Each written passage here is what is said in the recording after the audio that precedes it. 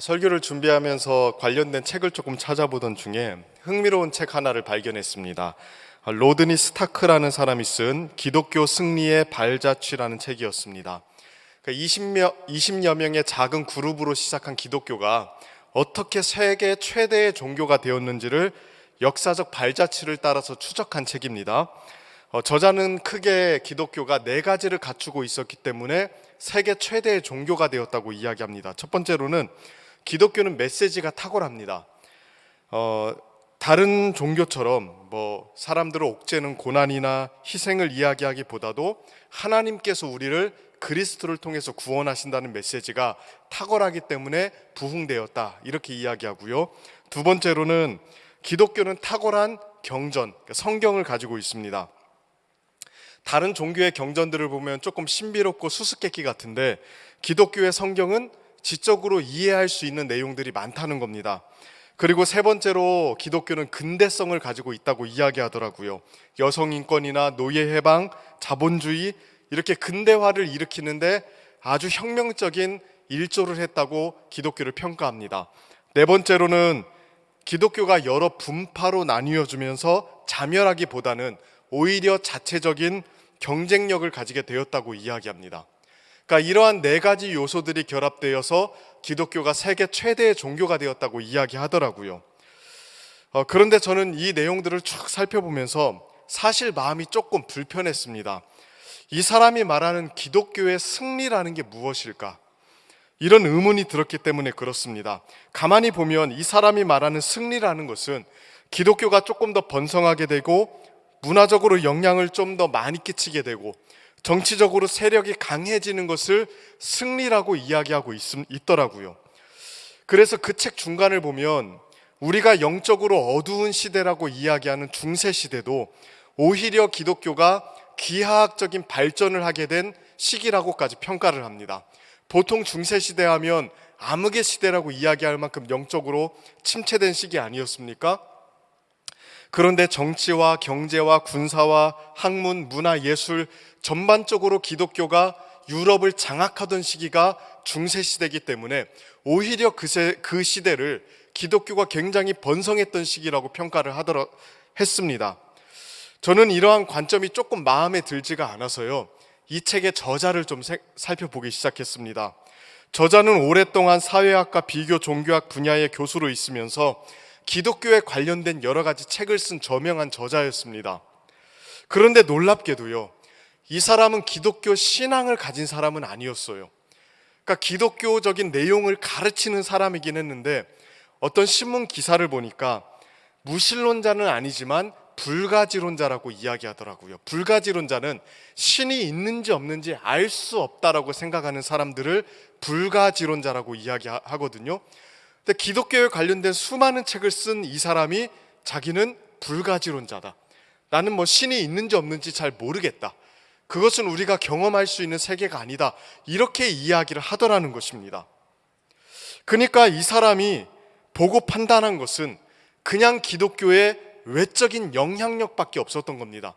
기독교가 눈으로 보기에 사회적으로 영향을 많이 끼치고 정치 세력과 결탁해서 기득권적인 세력이 되면 기독교는 승리했다. 단순하게 이렇게 평가하면서 책을 써내려 갔던 것이죠. 그런데 묘한 것은 우리 믿는 사람들 역시 이 저자와 비슷한 결을 가지고 신앙의 승리에 대해서 이야기할 때가 참으로 많더라는 것입니다. 하나님께서 세상을 이기셨다. 기독교는 승리의 종교다. 우리는 영적 전쟁에서 승리해야 된다. 하나님께서 우리에게 승리를 주신다. 이런 말들을 신앙생활하다 보면 자주 만나게 되지 않습니까? 승리하는 신앙생활, 이런 표현들도 종종 교회에서 만나게 됩니다. 그런데 저는 항상 이런 말들이 조금 애매하다는 생각을 자주 하곤 했었습니다. 어떤 느낌을 만들어내는지는 알고는 있습니다. 그런데 진짜 승리한다는 게 뭘까요? 하나님께서 세상을 이기신다는 것, 혹은 기독교가 승리한다는 것, 도대체 어떤 현상을 가리켜서 그렇게 이야기하는 겁니까? 기독교의 승리, 하나님의 이기심, 이게 뭘 가리키는지를 가만히 보다 보면 그 말을 하는 사람들만큼이나 굉장히 다양한 의미로 사용되고 있다는 것을 알 수 있습니다. 어떤 사람들은 자신이 계획했던 일들이 이루어진 것에서 승리를 찾습니다. 또 어떤 사람들은 기독교의 이득이 되는 특정 정치 영역이 우세하게 된 것을 영적으로 승리했다고 이야기하더라고요. 또 어떤 사람들은 병이 나은 것에서 하나님이 이기셨다고 이야기하고요. 또 어떤 사람들은 투자했던 주식과 부동산이 오른 것에 대해서 하나님의 승리를 이야기합니다. 교회의 재산이 많아지거나 사람들이 많아지면, 혹은 어떤 행사를 성대하게 마치고 나면 우리는 거기에서 승리를 찾곤 합니다. 심지어 어떤 사람들은 자신이 원수같이 여기는 사람들의 사업이 망하거나 그들의 자녀가 대학에 떨어진 걸 가리켜서 하나님이 나에게 승리를 주셨다고 이야기까지 합니다. 진짜 이런 것이 우리의 승리입니까? 오히려 이런 것들은 제가 서두에서 말씀드린 로드니 스타크라는 저자가 이야기했던 그 결에 맞는 승리가 아니던가요? 무엇가 기독교적으로 이기는 겁니까? 여러분은 그동안 어떤 부분에서 신앙적이고 영적인 승리를 이야기하곤 하셨습니까? 뭘 보고 보통 하나님이 이기셨다고 여러분들은 이야기하십니까? 오늘 한번 본문을 보실까요? 오늘 본문은 구약 이스라엘 역사에서 가장 찬란하게 빛나는 승리에 대한 기록이 담겨 있는 내용입니다. 바알에 대한 우상 숭배가 이스라엘 곳곳에 독버섯처럼 퍼져 있는 상황에서 엘리야는 바알 선지자들을 갈멜산으로 불러 모았죠. 그리고 거기에서 이스라엘 백성들이 보는 앞에서 바알과 여호와 중에 누가 진짜 신인지를 가려내자는 제안을 했습니다. 하늘에서 불이 떨어져 제물과 제단을 태우는 이가 진짜 하나님이다라는 조건을 걸고 엘리야와 바알 선지자들이 경합을 하기 시작했어요. 결과가 어떻게 되었는지 우리는 너무나도 잘 알고 있죠. 바알 선지자들은 자해하면서 피를 낭자하게 흘리면서까지 기도를 했는데 하늘은 침묵했습니다. 그러자 엘리야가 그 침묵을 비웃으며 하나님께 기도했고, 이윽고 하늘에서 불이 떨어져서 여호와 하나님의 제단을 불살랐습니다. 오늘 본문은 하나님의 승리를 너무나도 분명하게 보여주고 있습니다. 기독교가 세상을 이겼다고 분명하게 외칠 수 있는 본문이 바로 오늘 본문과 같은 내용 아닙니까? 그럼 문제는 이겁니다. 우리는 이 내용을 우리에게 어떻게 적용할 수 있습니까? 이런 내용이 기독교의 승리를 이야기하는 것이라면 우리도 하늘에서 불이 떨어지기를 기다리고 있어야 됩니까? 세속주의자들과 반기독교적인 세력들의 코를 납작하게 해줄 만한 어떤 기적이 일어나야 비로소 하나님이 이겼다고 우리도 말할 수 있는 것입니까?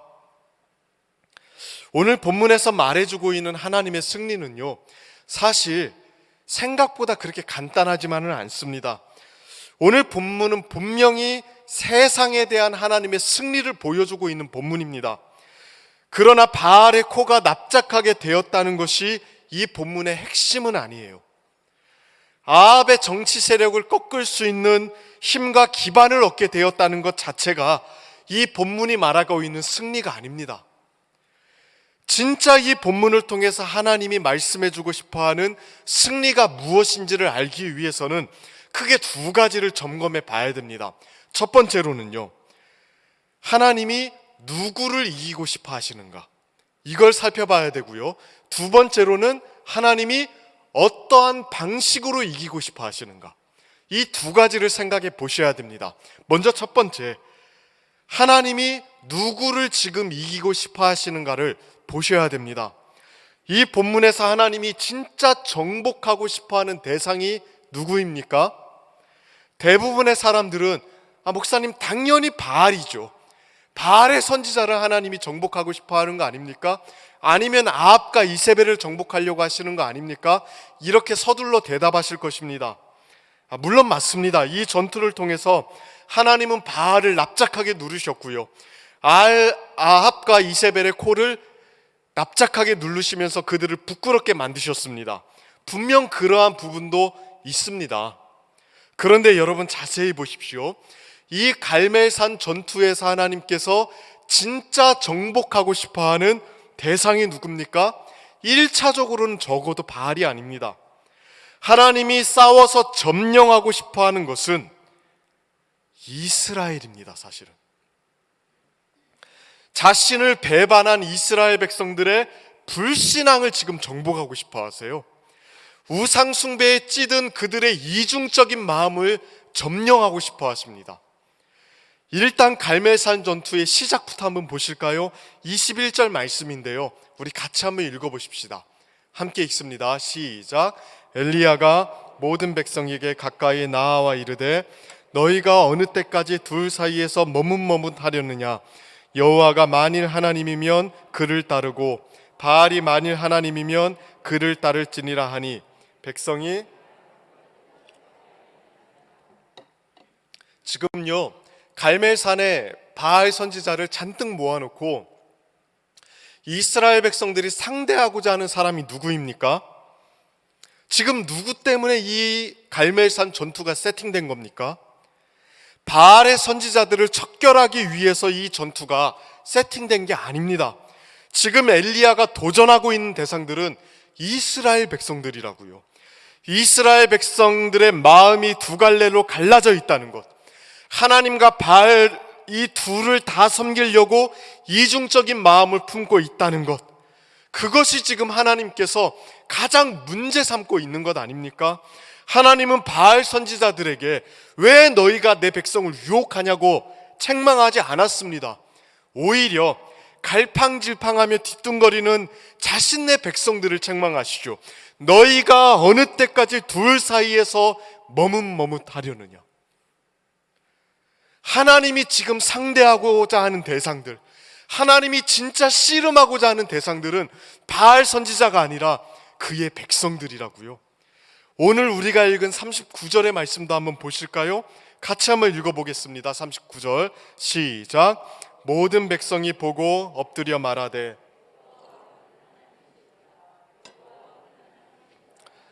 이 싸움의 결과로 지금 누가 엎드리고 있습니까?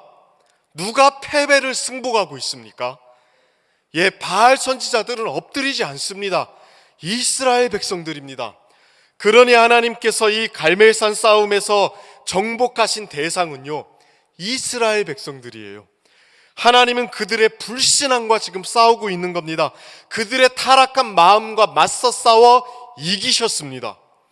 하나님이 보기에 가장 큰 바알은 사마리아 신전에 있었던 것이 아닙니다. 이스라엘 백성들의 마음속에 있었습니다. 하나님은 이스라엘 백성들의 마음속에 있었던 그 가장 강력한 바알을 정복하고자 하셨던 거예요. 바로 이 부분을 우리가 우리에게 적용해 봐야 됩니다.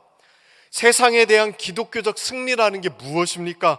단지 정치적이고 집단적인 세력을 키워내는 것입니까? 단순히 비기독교적인 세력을 어떤 외적인 힘으로 제압하는 것만이 우리가 얻을 수 있는 승리의 전부입니까? 내가 원하는 것을 하나님의 이름으로 얻게 되는 것이 승리입니까?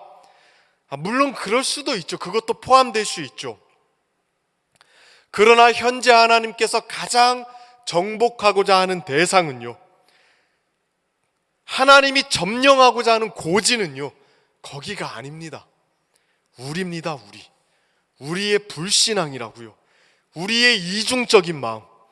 하나님은 눈에 보이는 세상이 아니라 하나님 백성들 속에 들어가 있는 세상, 그것을 정복하고 싶어 하십니다. 장차 주님이 다시 오시면요, 눈에 보이는 세상은 주님 앞에 모두 다 무릎 꿇게 될 것입니다. 모든 반기독교적인 세력들과 모든 우상들과 모든 세속성들 다 심판받게 될 것입니다. 때가 되면 완벽한 승리를 주님께서 이루어내실 겁니다.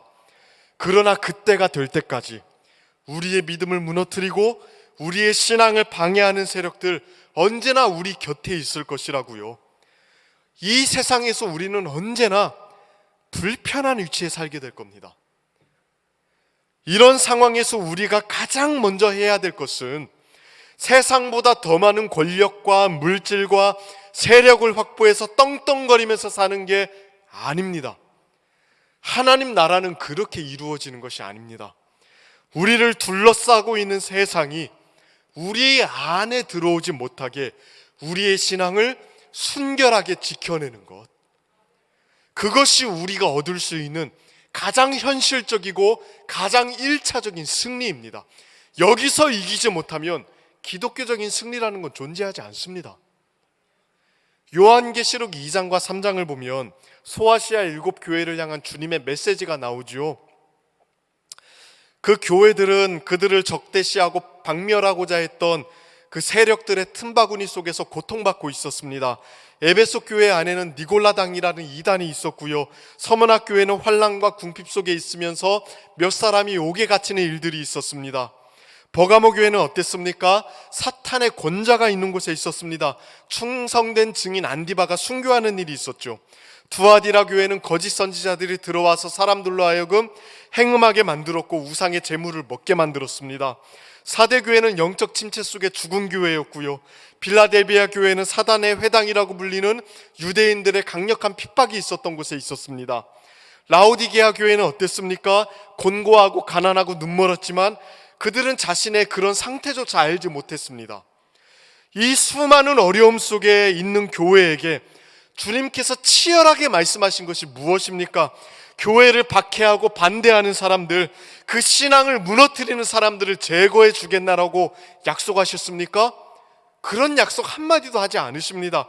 로마와 잘 결탁해서 어떻게 해서든 그들을 좀 잘 처리해 보라고 말씀하셨나요? 그런 말씀도 하지 않으셨습니다. 주님이 그 7교회에게 했던 메시지는 일관됐습니다. 변질되지 말라는 거였어요. 교회 안에 세상이 들어오지 못하게 하라는 것이었습니다. 그 순결한 신앙을 배반하거나 잃어버리지 말라고 당부하셨습니다. 왜냐하면 교회가 세상에 물들어서 변질돼서 교회가 세속화되면 아무리 교회가 세가 넓어지고 영향력이 많아져도 결코 승리했다고 볼 수 없기 때문에 그렇습니다. 그들의 신앙이 다 무너지면 어디서도 승리를 찾을 수가 없는 것이죠. 구약 이스라엘 백성들을 향해서도 동일한 메시지를 주님께서 던지지 않으셨습니까? 구약 성경이 주로 다루는 게 뭔가요? 이스라엘 백성들이 다른 민족들을 정복하는 내용을 다루던가요? 그것이 메인 줄거리입니까? 선지서를 가만히 읽어보십시오. 하나님이 치열하게 논쟁하시고 씨름하시고 고뇌하시고 정죄하시고 심판하시고 정화시킨 대상은 이방 민족들이 아닙니다. 이스라엘 백성들이잖아요.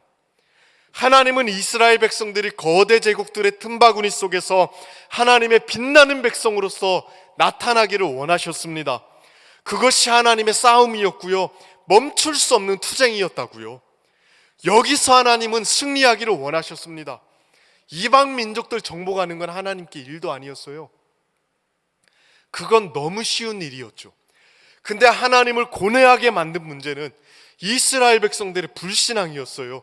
이 문제를 이기고 싸우기 위해서 주님께서 그토록 고뇌하시고 몸부림치지 않으십니까? 그러므로 우리가 이겨야 되는 1차적인 대상은 우리 밖에 있는 게 아닙니다. 일단은 우리 안에 있습니다. 우리 밖에 있는 세상이 아니라 우리 안에 들어있는 세상이 우리를 더 많이 무너뜨리게 만들더라고요. 하나님께 세상이 시급한 문제가 아니에요. 그 세상의 어떤 적대적인 세력들과 이런 것들은 주님이 재림하시면 너무 쉽고 너무 간편하게 해결될 겁니다. 지금 주님의 고뇌거리는 우리입니다. 우리 마음속에 있는 불신앙, 이중적인 마음, 갈라진 심령의 상태, 영적 침체에 빠진 그 메마른 마음, 이게 주님이 가장 고뇌하시고 고민하시는 문제라고요. 우리가 살아가는 세상 굉장히 흉흉하지 않습니까? 불행한 것은 평생 주님이 오실 때까지 흉흉할 겁니다. 우리의 신앙을 박해하고 방해하는 세력들 죽을 때까지 있을 거예요. 사회적인 세력일 수도 있고요, 문화적인 풍조일 수도 있고요, 곁에 가까이 두고 살아가는 사람들일 수도 있습니다. 다채롭게 우리의 발목을 낚아채서 우리를 넘어지게 만들 겁니다. 그러니까 바알은 사방군데 깔려 있다고 보시면 돼요. 아합의 시대만 바알이 있었던 게 아닙니다. 이스라엘 역사 내내 바알 같은 존재는 널려 있었습니다. 그 틈바구니 속에서 주님이 진짜 항복을 받아내고 싶어하는 대상은요, 우리예요. 주님께 패배를 시인하고 엎드려서 주님을 예배하기를 원하는 대상은 우리라고요. 떨어지는 불 앞에서 엎드려서 항복하기를 원하시는 대상, 세상이 아니라 우리입니다. 바알 선지자들을 무릎 꿇리는 것은 두 번째 문제, 우리가 첫 번째 문제입니다. 이 하나님의 싸움에 여러분들 동참하시길 바랍니다. 다른 데서 승리를 찾기 전에 내가 내 안에 있는 바알, 그 내 안에 있는 새 속성과 싸워서 이겨야 됩니다. 그 주님의 고뇌거리와 고통거리와 싸움거리가 여전히 내 안에 있다는 사실을 잊어버리시면 안 됩니다. 여기서 이겨야 진짜 이기는 겁니다. 그럼 두 번째로, 어떠한 방식으로 하나님이 이기십니까? 어떠한 방식으로, 어떠한 방법을 통해서 우리 마음속에 있는 불신앙과 우상들을 몰아내시고 우리 마음을 점령하실까요? 크게 두 가지 방법을 주님이 사용하시는데요. 첫 번째로는요, 하나님의 영광을 보게 되는 일들이 있어야 됩니다. 그게 있어야 우리 안에 있는 바알이 정복됩니다. 하나님의 뭘 보게 되어야 된다고요? 영광을 보게 되어야 됩니다. 자, 39절 말씀 다시 한번 읽어보실까요? 39절 같이 한번 읽겠습니다. 시작. 모든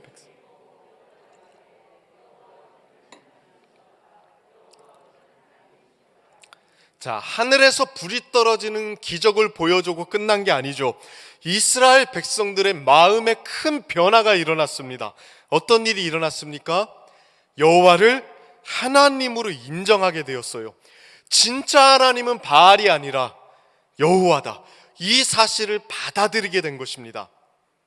단순히 지적이고 교리적으로 알게 된 것이 아닙니다. 오늘 기도하신 집사님께서 잠깐 말씀하셨듯이 그런 지식적으로 주님을 알게 된 게 아니에요. 그런 지식은요, 이스라엘 백성들이 진작부터 가지고 있었습니다. 그런데 이 사건을 통해서 이스라엘 백성들은 뭔가 하나님의 특별함을 보게 된 거예요. 하나님의 독보적인 영광스러움, 하나님의 무한하신 가치, 하나님의 뛰어난 아름다움, 이런 것들을 영적인 감각으로 맛보기 시작했던 겁니다. 단순히 지적으로 안 게 아닙니다. 이미 그런 것들은 알고 있었다고요. 근데 마음의 감각으로 하나님의 영광스러움, 하나님의 그 독보적인 가치, 하나님의 완전하신 아름다움, 이런 것들을 흡족하게 맛보기 시작한 거예요. 옛날에도 제가 한번 이야기한 적이 있는 것 같은데요, 사람이 뭔가를 판단할 때 보통 두 가지 판단 영역을 가지고 판단을 한대요. 첫 번째로는요, 사실 판단이라는 게 있습니다. 두 번째로는 가치 판단이라는 게 있대요. 사실 판단은 뭐냐면 말 그대로 사실 그 자체를 인지하는 거죠. 그 예를 들면 TV에 나오는 연예인들을 보면서 아, 저것은 남자 사람이다, 이렇게 인지하는 건 사실 판단이에요. 그렇죠? 사실을 있는 그대로 받아들이는 거니까요. 그런데 그 연예인을 보면서 아, 저 남자는 잘생겼다, 어쩜 내 이상형이다, 우리 남편하고 꼭 닮았네, 뭐 이런 식으로 이제 생각하는 것은 좀 다른 영역입니다. 닮은 사람들 가끔 나오시는 거 맞지요? 네. 주관적으로 그 사람이 가진 가치를 인정해 주는 거 아닙니까? 그래서 이러한 판단을 가리켜서 가치 판단이라고 이야기해요. 근데 이 가치 판단을 할 때 사람은요, 무덤덤하지가 않아요. 거기에는 반드시 마음이 실리고 감정이 따라옵니다. 그러니까 저 남자는 잘생겼다 이렇게 말할 때 무덤덤하게 뭐 저 남자는 잘생겼다 이렇게 말하는 사람은 없잖아요. 경탄과 사랑과 경의의 마음을 가지고 와, 저 남자는 진짜 잘생겼다, 참 하나님의 형상이다, 뭐 이런 식으로 이제 우리가 반응하게 되지 않습니까? 그러니까 이스라엘 백성들이 여호와 그는 하나님이시로다 이렇게 판단을 할 때 건조한 신학적인 사실을 이야기한 게 아니에요. 하늘에서 불이 떨어진 것을 보고 마음의 감각으로 하나님의 특별하심을 맛봤던 겁니다. 하나님의 독보적인 영광스러움, 우상과 비교할 수조차 없는 하나님의 완전하심, 자신들의 악함을 비추는 그 거룩하심과 아름다우심, 이런 것들을 보게 되면서 하나님이 자신들의 인생에서 무한히 가치가 있는 분이라는 사실을 충격적으로 깨닫게 된 거예요. 독특한 알미 그 사람들의 마음속에 생기게 된 겁니다. 그래서 경탄하고 있고요, 두려워하고 있고요, 엎드리고 있고요, 예배하고 있었던 겁니다. 아마 이러한 내용을 가장 탁월하게 설명한 사람이 18세기 미국의 대각성 운동을 일으켰던 주역이었던 조나단 에드워즈라는 사람일 거예요. 이 사람이 쓴 설교 중에 신적이고 영적인 빛이라는 설교가 있거든요. 거기서 이렇게 이야기합니다. 제가 인용해서 잠깐 말씀드립니다. 복음의 빛에는 신적인 최고의 영광이 있으며 탁월함, 즉 다른 어떤 것보다 엄청나게 더 높고 더 숭고한 본성에 속한 것이 있으며 이것을 세상적이며 일시적인 모든 것과 크게 구별하는 영광이 있다. 영적으로 깨달은 사람은 이것을 진정으로 이해하며 본다. 다시 말해 이것에 대한 감각이 있다. 그는 단지 하나님의 영광스러우시다는 것을 이성적으로만 믿는 것이 아니라 마음에 하나님의 영광스러움에 대한 감각이 있다. 그러니까 복음에는 하나님의 신적인 영광스러움이 담겨 있대요.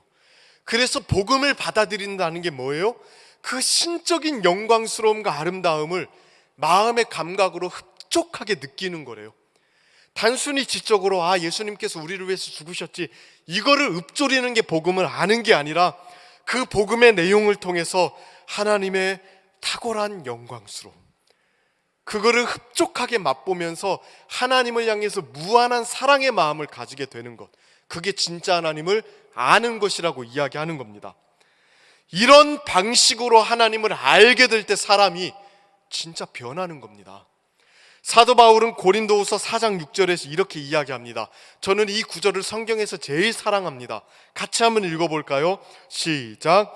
어두운 데에 빛이 빛이라 말씀하셨던 그 하나님께서 예수 그리스도의 얼굴에 있는 하나님의 영광을 아는 빛을 우리 마음에 비추셨느니라. 하나님을 아는 것은 이렇게 아는 거예요. 하나님께서 그리스도를 통해서 나타나는 그의 영광을 아는 빛을 우리 마음에 쫙 비춰주는 거예요. 우리는 하나님을 알지 못하는 어두운 마음을 가졌었는데 주님이 우리 마음속에 주님을 아는 영광의 빛을 쫙 비춰줄 때, 그때 비로소 우리는 하나님이 얼마나 영광스럽고 복된 분인지를 마음의 감각으로 알게 되는 겁니다. 마음의 감각으로. 그때 진짜 하나님을 알게 되고요, 그때 참 생명을 얻게 돼요. 그때 심장이 뛰기 시작해요. 그리고 그런 사람이 비로소 하나님께 엎드리고 예배할 수 있게 되는 거거든요. 만약에 하나님을 알기는 아는데 이렇게 하나님의 영광스러움을 맛보는 방식으로 알지 못한다면 그건 진짜 무익합니다. 그런 지식은 절대 우리를 바꾸지 못합니다. 오히려 그렇게 하나님을 아는 것은 좀 거칠게 이야기해서 사탄이 하나님을 아는 방식과 굉장히 유사합니다. 야고보서 2장 19절을 보면 이렇게 이야기해요. 내가 하나님은 한 분이신 줄 믿느냐? 잘 아는도다. 귀신들도 믿고 떠느니라. 귀신들도 하나님을 알아요, 몰라요? 알아요. 그가 한 분이시라는 것, 교리적인 사실을 알고 있습니다. 복음서를 보면 잘 나오지 않습니까? 수많은 사람들이 예수님의 정체에 대해서 궁금해했을 때 귀신들은 알았습니다. 그가 하나님의 아들이라고 고백했습니다. 그러나 그것 때문에 회심하거나 그것 때문에 감복하거나 그것 때문에 하나님 앞에 예배하지 않았습니다. 그냥 알고 끝났어요. 슬프게도 오늘날 우리 신앙생활에도 이렇게 하나님을 피상적으로 알고 그것으로 쉽게 만족해버리는 사람들이 많습니다.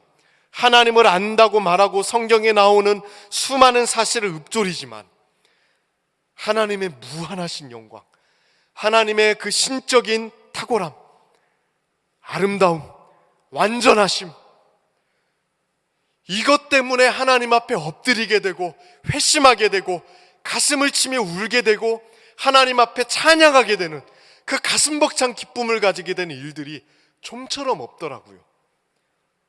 이런 방식으로는 결코 신앙에서 승리를 얻을 수가 없습니다. 하나님께서 우리의 마음을 정복하시는 일, 이런 일이 없이는 없습니다. 그 사람은 어떠한 변화도 경험하지 못할 것입니다. 몇 가지 종교적인 행실은 갖출 수 있습니다. 몇 가지 도덕적인 습관은 바꿀 수 있을지 모르겠습니다. 그리고 그것 때문에 만족해 할 수도 있습니다. 그러나 그것은 성경이 추구하는 참된 변화도 아니고 하나님이 원하시는 진짜 승리도 아닙니다. 하나님이 마음을 정복하시는 일은 이 하나님의 영광스러움을 마음속에 깊이 알게 되는 일이 없이는 안 되거든요. 그러므로 우리 이 시간 하나님 앞에 우리 스스로를 점검해 봤으면 좋겠습니다. 성경의 내용과 교리와 배경사를 모르는 게 우리의 문제가 아닙니다. 아는 사람들은 너무 잘 알지 않습니까? 심지어 설교가 시작되기 전에 주보와 성경의 본문만 봐도 이런 내용으로 설교하겠구나, 교회에 다닌 지 한 30-40년 되면 이 정도 감은 오지 않습니까? 그러나 그렇게 말씀을 들어도 우리가 변화되지 않는 이유, 그렇게 말씀을 들어도 가슴을 찢고 회개한 적이 그렇게 많지 않은 이유, 하나님을 알되 하나님의 영광스러움을 맛보는 방식으로 알지 못하기 때문에 그렇습니다. 이러한 신앙 반드시 화석화됩니다. 그러므로 이스라엘을 엎드리게 하셨던 그 하나님의 역사, 우리 마음속에 하나님의 영광을 아는 빛을 비춰주셨던 그 역사가 하나님의 말씀을 들을 때에 언제나 우리 마음속에 있기를 간구하며 나오는 우리 성도님들 되기를 바랍니다. 두 번째로, 하나님께서 우리 안에 있는 우상을 몰아내시고 승리하시는 방법 두 번째, 실제적인 삶의 개혁을 통해서입니다. 어떻게 보면 이거는 너무 당연한 일이죠. 하나님의 영광스러우심과 완전하심과 그 아름다우심, 이런 것들을 뼈저리게 알게 된 사람이 가만히 있을 수 있겠습니까? 결코 그럴 수 없습니다. 하나님의 영광스러움을 맛보기 시작한 사람은 하나님을 열렬하게 사랑하게 됩니다. 하나님을 추구하게 됩니다. 그 사람은요, 아름다운 것 혹은 가치 있는 것, 영광스러운 것, 이런 것들을 보게 되면 마음이 끌리기 시작한대요. 그 사람이 누군가와 사랑에 빠지는 이유도 약간 미학적으로 보면 그렇답니다. 그 사람의 독특한 아름다움을 내가 발견했기 때문에. 다른 사람은 모르겠는데 저 사람에게 있는 고유한 아름다움이 내 눈에는 보였던 거예요. 그거를 우리가 콩깍지 씌었다고 이야기하는 거거든요. 그 아름다움과 가치를 발견했기 때문에 마음이 끌리고 사랑하게 되는 거거든요. 그 수많은 분들이 우리 그 임영웅님에게 그 마음이 끌리는 이유도 뭡니까? 우리 어머님들이 그가 가지고 있는 그 독특한 아름다움, 가치, 이걸 발견한 사람은 영웅시대가 되는 거거든요. 웃으시는 분들은 무슨 말인지 아시는 거예요. 네. 근데 하나님을 생각해 볼까요? 하나님은 무한히 아름답고 무한히 가치 있는 분 아닙니까? 그 무한한 아름다움과 무한한 가치와 무한한 영광을 발견한 사람은 하나님께 무한히 끌리기 시작합니다. 가만히 있지를 못합니다. 하나님을 그래서 열렬하게 사랑하게 되는 거예요. 그래서 삶을 개혁하는 거거든요. 하나님과 어긋나는 것을 실제적으로 버리기 시작하고요, 꼭 잘못된 것이 아니라도 하나님을 열렬하게 사랑하는데 방해되는 것도 버리기 시작합니다. 그래서 오늘 본문을 보십시오. 여호와 그는 하나님이시로다 이러면서 엎드린 사람들이 뭘 합니까? 40절 보실까요? 같이 읽겠습니다. 시작. 엘리야가 그들에게 이르되 바알의 선지자를 잡되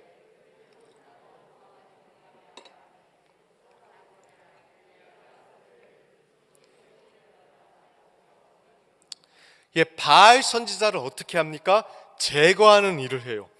자신들의 신앙을 좀먹고 무너지게 했던 이 원인을 과감하게 제거하기 시작합니다. 실제적인 개혁에 착수하기 시작했습니다. 이 개혁적인 움직임 절대 억지로 한 것이 아닙니다. 어쩔 수 없이 마지못해서 엘리야가 너무 무서워서 그랬던 것도 아닙니다. 하나님을 제대로 알고 나니까, 하나님의 영광스러움을 맛보게 되니까 이 바알 선지자들을 물리치는 것 너무나도 당연한 결과였던 거예요. 이건 우리에게도 마찬가지 아닙니까? 하나님의 영광스러움, 그분의 무한하신 가치, 그분의 완전하신 아름다움, 이런 것들을 맛보고 깨달은 사람들은 가만히 있지 못합니다. 삶을 개혁하기 시작합니다. 하나님께 어긋난 것들을 과감하게 청산하기 시작합니다. 하나님께 제대로 가지 못하는 것들을 포기하기 시작합니다. 하나님의 영광스러움 앞에 매력이 떨어지기 시작한 것들, 예전에는 이것들 때문에 죽고 못 살았는데, 그것들에 그렇게 집착했는데 하나님 앞에 세워놓으니까, 하나님의 영광스러움을 맛보고 나니까 진짜 하찮아진 거예요. 그래서 생각보다 쉽게 포기해버립니다. 어쩔 수 없이 버리는 게 아닙니다. 생각보다 쉽게 포기합니다. 이것을 우리는 신앙적인 용어로요, 자기 부인이라고 이야기해요. 우리는 자기 부인하면 늘 고통스럽고 괴로운 거라고 생각을 하죠. 그러나 사실 그렇지 않습니다. 주님이 명하신 자기 부인, 자기 변화와 자기 개혁, 이런 것들은요, 어쩔 수 없이 마지못해서 하는 게 아닙니다. 하나님의 아름다우심, 그분의 영광, 그분의 가치, 이것들을 아는 사람에게는 이게 너무나도 당연하고 즐거운 일이에요. 즐거운 일이에요. 아주 먼 옛날에 여러분 연애하던 시절 한번 생각해 보십시오. 사랑하는 사람을 위해서 뭔가를 포기하는 것이 괴로운 적이 있습니까?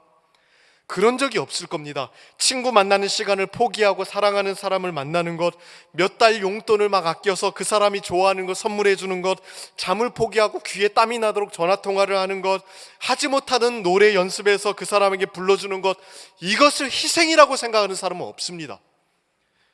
그냥 좋아서 하는 겁니다. 좋아서. 하나님 앞에서 삶을 개혁하는 것도 마찬가지 아닙니까? 희생이 아니에요. 억지로 하는 게 아니에요. 하나님의 독보적인 영광과 무한한 가치와 완전하신 아름다움을 아는 사람은 절대로 하나님을 위해서 희생한다고 생각하지 않아요. 헌금을 할 때에도 섬길 때에도 마지못해 적선하는 것처럼 그렇게 하지 않습니다. 경탄과 감격과 놀라움과 기쁨을 가지고 한다고요. 저는 교회를 섬기면서 또 제 자신을 볼 때도 마찬가지입니다만 희생정신에 빠져있는 사람들을 종종 만나보곤 했습니다. 억지로 하면서 주님을 위해서 마지못해 희생하며 고혈을 쥐어짜내는 심정으로 주님을 섬기는 사람들, 저도 가끔 그럴 때가 있었거든요. 이게 정말로 주님을 섬기는 것입니까? 정말 주님을 섬기는 게 손해보는 것입니까? 아닙니다. 하나님의 영광스러움, 그 하늘에서 불이 떨어져서 하나님 앞에 엎드려 본 경험이 있는 사람들은요, 주님을 위해서 움직이고 살아가는 것을 절대의 희생이라고 생각하지 않습니다. 생색 낼 것도 없고요, 자기 연민에 빠질 것도 없습니다. 진짜 좋아서 하는 거거든요. 주님이 너무 영광스러운 분이고 그 영광스러운 분을 위해서 살아가는 게 너무 영예로운 일이라고 생각을 합니다. 여러분들은 어떻습니까? 진짜 하나님의 영광스러움을 알게 된 자로서 자신의 삶을 즐겁게 개혁하고 있습니까? 그 하나님 앞에 하나님과 맞지 않는 것을 내려놓고 하나님을 열렬하게 추구하는 것을 방해하는 것을 포기할 때 그것을 기쁨과 감사함으로 하고 있습니까? 하나님의 승리는 이런 사람에게 있습니다. 기쁨으로 그렇게 자기를 포기하고 자기의 삶을 주님께 맞게 개혁하는 사람을 보면서 내가 드디어 이겼다, 주님 그렇게 말씀하실 것입니다. 내가 너를 보니까 너의 불신앙에 내가 이겼다. 그런 사람들을 보면서 주님은 승리를 외치실 거예요. 우리 중앙의 성도님들에게 이러한 은혜가 있기를 축복합니다. 하나님께서 여러분들에게 당신의 영광스러움을 충분하게 나타내어 주시고 그것을 예배 시간마다, 말씀을 묵상할 때마다, 기도할 때마다 흡족하게 맛보는 일이 있게 되고, 그래서 주님을 위해서 살아가는 게 우리에게 기쁨이 되어서 결국에는 주님이 우리에게서 승리하게 되는 일이 있었노라고 하나님이 말씀하시고 기뻐하시게 되는 일들이 우리 성도님들의 삶에 있기를 주님의 이름으로 축복합니다. 기도하겠습니다.